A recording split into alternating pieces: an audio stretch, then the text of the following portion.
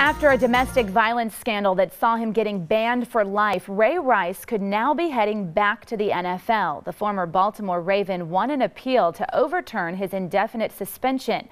Rice was originally suspended for 2 games after surveillance video emerged of Rice punching his then-fiancée Janae in an Atlantic City casino elevator. The NFL later upped the punishment to an indefinite suspension. Rice and the NFL Players Union contend he was essentially sentenced twice, and the judge agreed. Now Rice is a free agent and can return to the field if a team wants to sign him. So will he return to playing? That's our topic this half hour. We want to hear from you on our Fox 26 Facebook page. You can weigh in on Twitter. Be sure to use the hashtag Fox26for Life. Joining us live in the newsroom again is our panel led by our Fox 26 legal analyst, Chris Tridico. All right, Chris, what's interesting about this judge's opinion is she doesn't necessarily come down hard on Rice, but she really blames the league and the NFL for not being consistent. Right, and I think she's right. Let me just start this with this. I'm disgusted by Ray Rice's conduct. I'm disgusted by him punching his wife that way. But I think that the arbitrator got it right. The league had suspended him for 2 games. The evidence is now clear that they knew exactly what happened when they did it. The only reason Roger Godell came back and suspended and banned him for life is because of the public outcry in the way Roger Godell handled this in the beginning. And that's why he did it. That's what the arbitrator found, and I think she's right.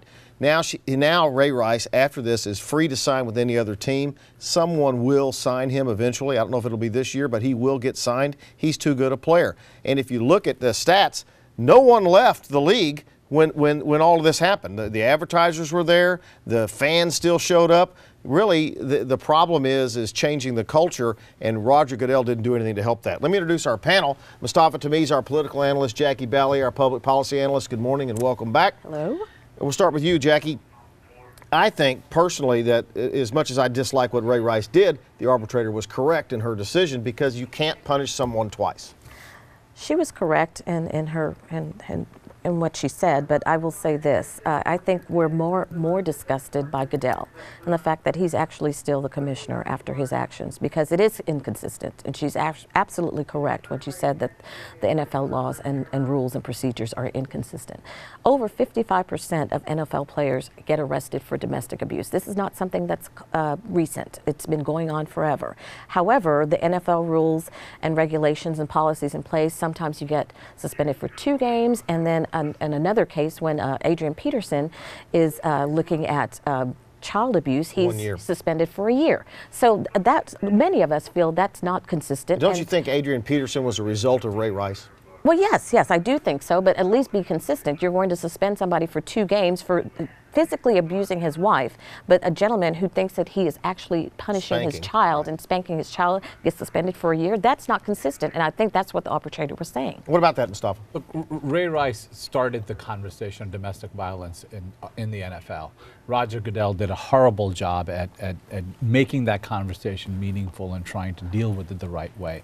The next thing becomes, where does the public lie and where does the rest of the owners lie? Because right now, every single owner is looking to see whether they should hire Ray Rice or not. They should not hire him, and Roger Godell should be out of a job. Let me go to Sally. She's monitoring our social media. Okay, let's take a look at a couple of these tweets that are coming in about Ray Rice. The first person says Ray Rice shouldn't be allowed to play football anymore. He should have lost that privilege when he got caught on video there. This guy says, my Texans need to pick up Ray Rice. 2 dominant backs in Foster and Rice.